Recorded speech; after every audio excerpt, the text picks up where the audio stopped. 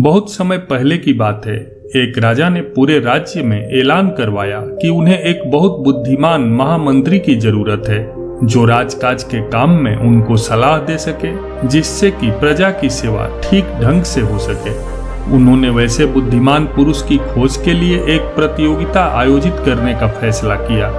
प्रतियोगिता में हिस्सा लेने के लिए पूरे राज्य से हजारों की संख्या में प्रतियोगी आए हुए थे। राजा ने इस प्रतियोगिता के लिए एक बड़ा सा उद्यान बनवाया था जिसमें राज दरबार की सभी कीमती वस्तुएं रखी हुई थी।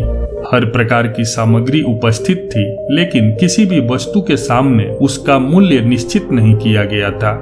राजा ने प्रतियोगिता आरंभ करने से पहले एक घोषणा की जिसके अनुसार जो भी व्यक्ति इस उद्यान में रखी वस्तुओं में से सबसे कीमती वस्तु लेकर राजा के सामने उपस्थित होगा उसे ही महामंत्री के पद के लिए स्वीकार किया जाएगा। और इसके बाद प्रतियोगिता आरंभ हुई। सभी प्रतियोगी उद्यान में सबसे कीमती वस्तु तलाशने में लग गए। कई हीरे जवाहरात लाते, कई सोने चांदी, कई लोग पुस्तकें तो कोई भगवान की मूर्ति, और जो बहुत गरीब थे वे रोटी लाते क्योंकि उनके लिए वही सबसे अमूल्य वस्तु थी। सब अपनी क्षमता के अनुसार मूल्य को सबसे ऊपर आंकते हुए राजा के सामने उसे प्रस्तुत करने में लगे हुए थे। सुबह से शाम हो गई, लेकिन राजा को अपना मनचाहा व्यक्ति नहीं मिल पा रहा था। तभी एक नौजवान राजा के सामने खाली हाथ उपस्थित हुआ। राजा ने उस नौजवान से प्रश्न किया, अरे नौजवान, क्या तुम्हें उस उद्यान में कोई भी वस्तु अमूल्य नजर नहीं आई? तुम खाली हाथ कैसे आए हो? जाओ और कोई कीमती वस्तु लेकर मेरे सामने आओ। उस नौजवान ने राजा के सामने हाथ जोड़ते हुए कहा, राजन, मैं खाली हाथ कहाँ आया हूँ? मैं तो सबसे अमूल्य धन उस उद्यान से लाया हूँ।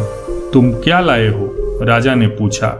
नौजवान ने बड़े ही आत्मविश्वास के साथ जवाब दिया, हे राजन, मैं संतोष लेकर आया हूँ। क्या संतोष इन लोगों के द्वारा लाए गए इन अमूल्य वस्तुओं से भी मूल्यवान है? राजा ने प्रश्न किया। जी हाँ राजन, इस उद्यान में अनेकों अमूल्य वस्तुएं हैं, पर वे सभी इंसान को क्षण भर के लिए सुख की अनुभूति प्रदान कर सकती हैं। इन वस्तुओं को प्राप्त कर लेने के बाद मनुष्य कुछ और ज्यादा पाने की इच्छा मन में उत्पन्न कर लेता है।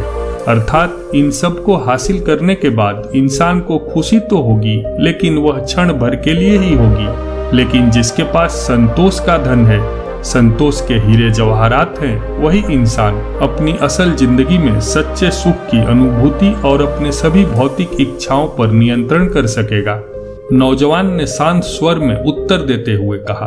उस नौजवान के उत्तर से राजा भी बहुत प्रभावित हुए और हजारों लोगों की भीड़ से उसे महामंत्री के पद के लिए चुन लिया गया।